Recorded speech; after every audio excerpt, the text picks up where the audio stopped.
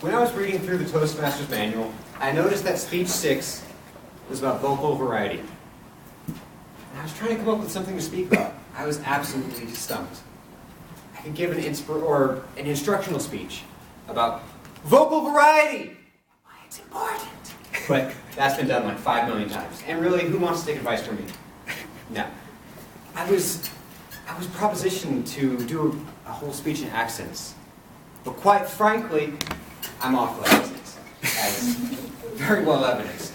And when researching other avenues for this speech, I found that I could deliver a story. And that's exactly what I'm going to do. Fellow Toastmasters, distinguished guests, I would like to tell you my sequel story. This is a story based on absolutely true events, so please keep that in mind. The setting is 2009.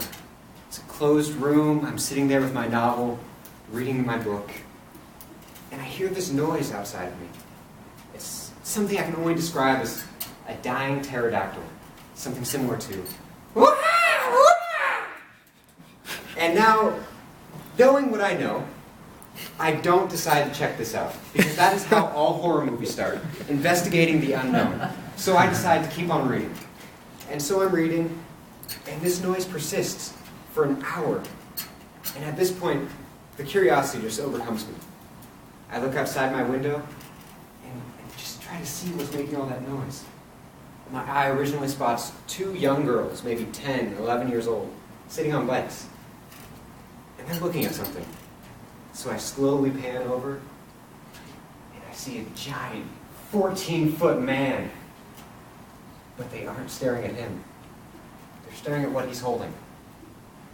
This man is holding a literal seagull and shaking it in the middle of the road for no reason. This seagull's going crazy. I don't know why he's doing this.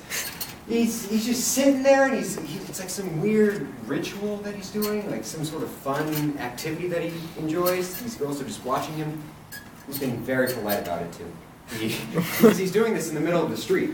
So whenever a car would come, he would, politely step off the road, start shaking, let the car pass, step back in the middle, and resume his shaking.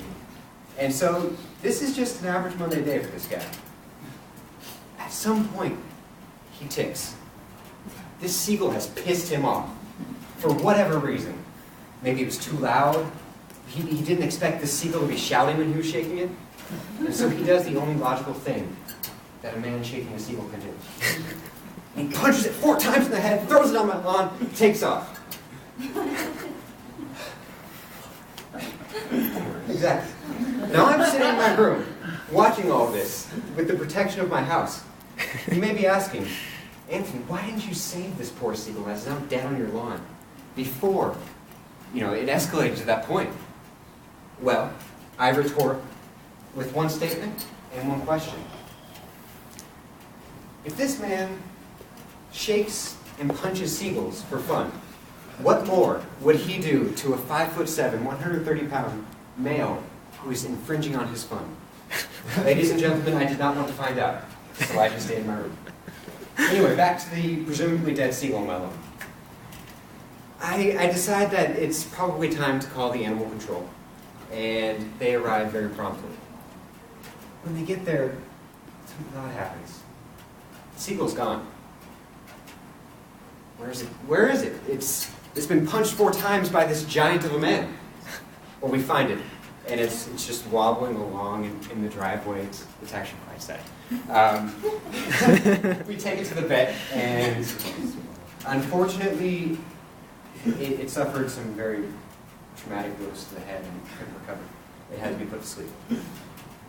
Anyway, that story gets very dark very quickly, but it raises so many more questions than answers. Questions like, why were the girls just standing there watching him? How long were they watching him? Where did this man get the seagull? Just why doesn't the government know about this 14-foot man? Is he still out there? Is he still punishing these seagulls? And most importantly, why was he shaking a seagull and then subsequently punching it on a very nice Monday afternoon? Ladies and gentlemen, I can't answer these questions for you. But I do hope that you ponder these questions as the week ends, and just ponder the moral underpinnings of it. Just how does it make you feel? The next time you're in San Francisco, and you just see this majestic flying seagull, I hope you think about his fallen comrade, Mr. Postmaster.